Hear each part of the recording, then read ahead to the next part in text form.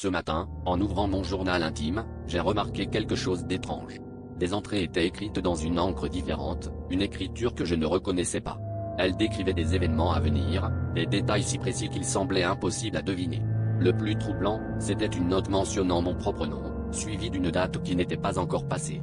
Le frisson qui a parcouru mon dos était indéniable, comme si une main invisible avait tourné les pages de ma vie. À chaque nouvelle entrée, une anxiété sourde m'envahissait. Les événements décrits étaient terriblement proches de ceux que je vivais réellement, mais toujours avec une tournure inquiétante. L'une des pages parlait d'une rencontre fortuite dans un café, où un inconnu me glisserait un message cryptique. Cela s'est effectivement produit, le message disant simplement « il est trop tard ».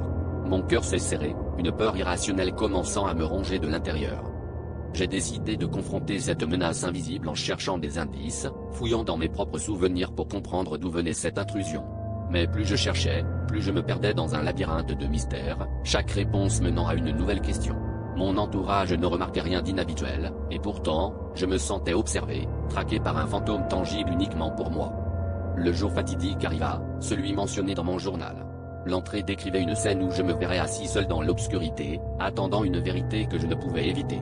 Quand l'heure sonna, une silhouette apparut dans le miroir, un reflet déformé de moi-même, souriant avec une malveillance familière. À cet instant, j'ai compris que ce n'était pas un avertissement, mais une invitation à un destin que je ne pouvais plus fuir.